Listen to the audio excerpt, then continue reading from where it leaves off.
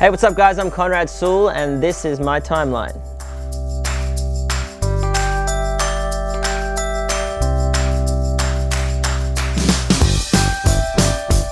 Well, I was born, I don't really like to tell people this, but I was born in '88 on the 31st of March, and I was born in a little place called Brisbane, Queensland in Australia. And I have the handwriting of a 2-year-old.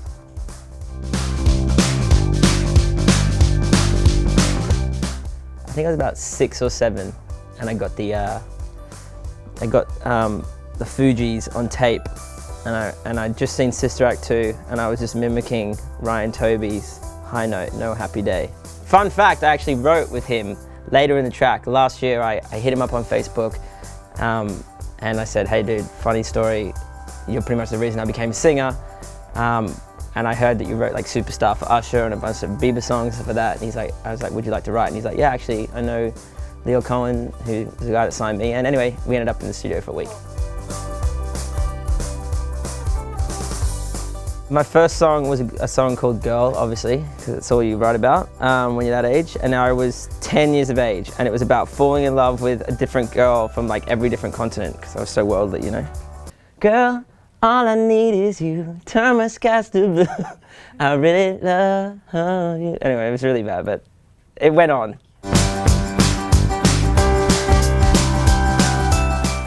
I actually kind of kept it a bit of a secret, to be honest.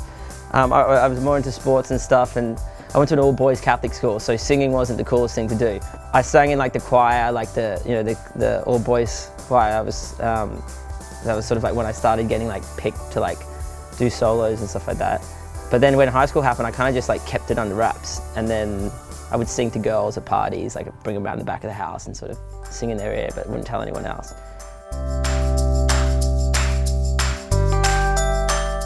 The first time I got signed to a major was, you know, I felt like my life was gonna change overnight, and it was like the best feeling in the world. I was 13, yeah, and I'm 30 now, so do the maths.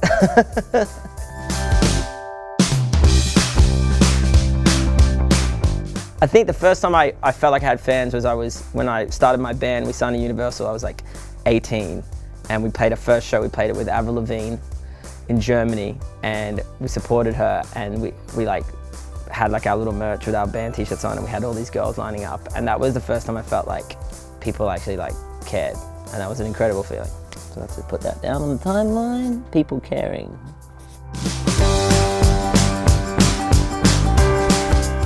I've met a few of them. Craig David was a big influence for me, and I got to meet him and wrote a couple songs with him for my record. That was only a couple of years ago though. And also Quincy Jones I met, who was a big idol of mine. Quincy and Craig.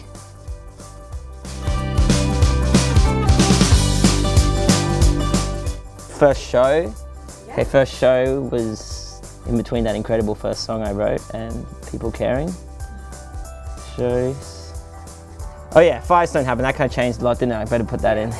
Be a little bit cut about that. It's been amazing, obviously. It's the success of the song like put us on the Coachella main stage and put us in every arena and in every festival around the world. So it was kind of like an overnight thing, where clearly, if we go back to my timeline, you know, at 13 I was broke into the music industry, but I didn't write Firestone until I was 27. So you know, that's how long it takes sometimes. So it was a big blessing, but you know, all blessings must come to an end.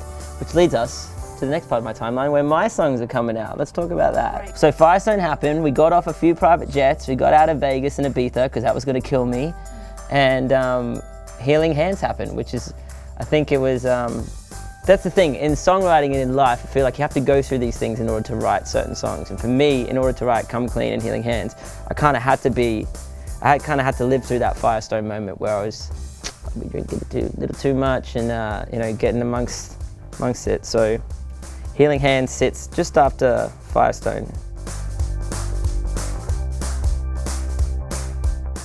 I'd like to be playing back-to-back nights at the Garden, and I'd like to be one of the most iconic voices that have ever graced the earth.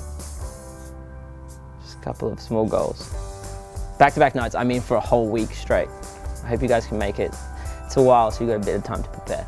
Tickets go on sale in 5 years.